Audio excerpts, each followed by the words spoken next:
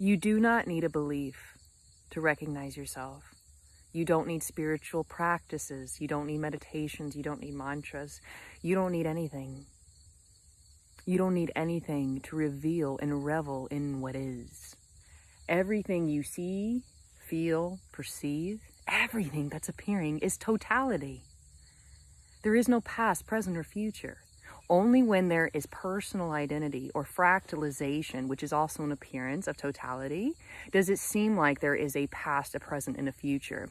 And that knowing of past, present, and future plugs you in to a concrete reality, seemingly, because that concrete reality is not actually real.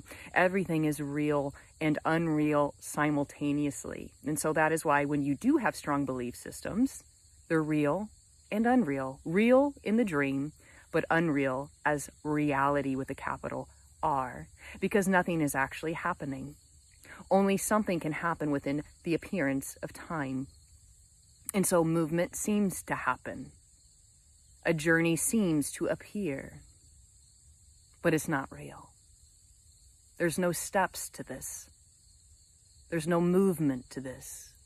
If there is steps, movement, and a process to this, it's a teaching. It's linear. It's a subject-object relationship. How does wholeness, and why would wholeness need to practice to reveal itself? Oh, you might have a belief about that, yeah?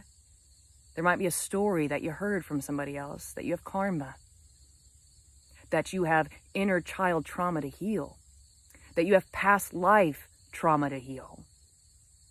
Those are all beautiful and accepted and wonderful manifestations of the absolute, but it's a story.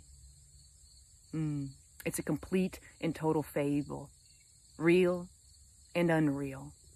And when it's seen through that these stories are unreal, they are formlessness appearing as solidity, they're gone. There's no foundation.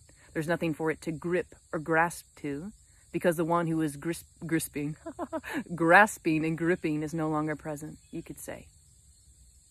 The personal identity truly never was present.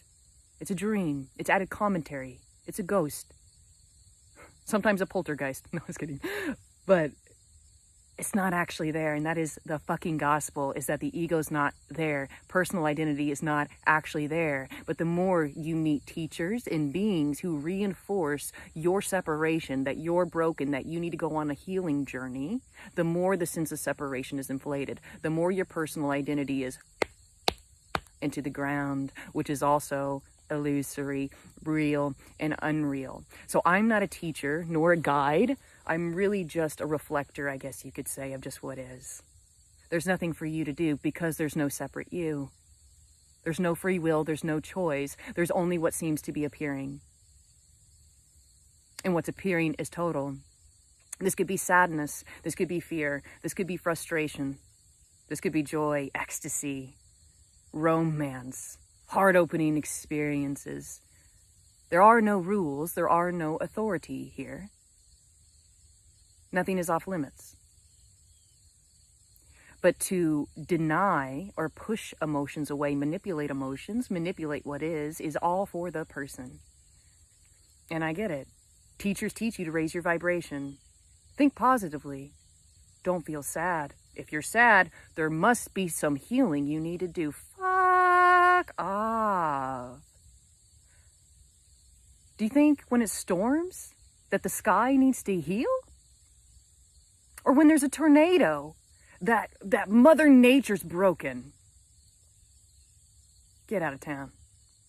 Nothing's wrong. Everything is perfect, but not perfect through the lens of personal identity, because personal identity always has a list of what perfection is. It's a fantasy. And while the personal identity fantasizes of what it wants, what is to be, what is timelessly, orgasmically, radically whole, perfect, and complete. This is paradise, or what we call heaven, but not for the person. The person will chase its tail until there's a hole in the ground. It buries itself under its own ideations, concepts, and beliefs, which have no validity.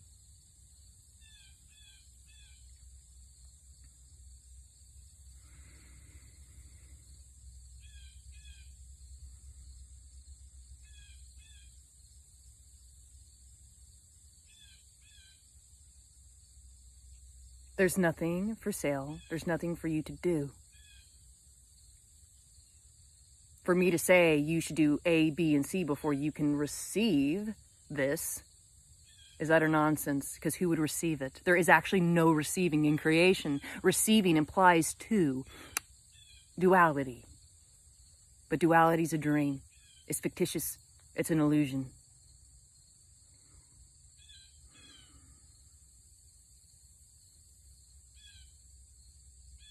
There is only this. It's a mystery. It's unknowing. This is not about understanding with your noggin. This is not about logic. This is not about knowing, because knowing is about control, manipulation. It's about loss of the one who thinks they know what this is. But you're home, beloved. You are home. Welcome.